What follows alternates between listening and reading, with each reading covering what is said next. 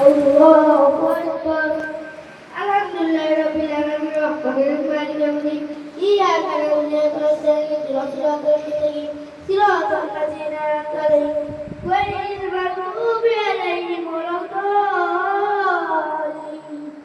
عما يتساءلون عن النبأ العظيم الذي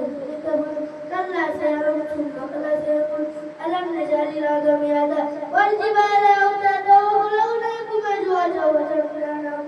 وجعلنا نومكم سباتا وجعلنا النهار معاشا وبنينا فوقكم سبعا شدادا وجعلنا النهار معاشا وبنينا فوقكم سبعا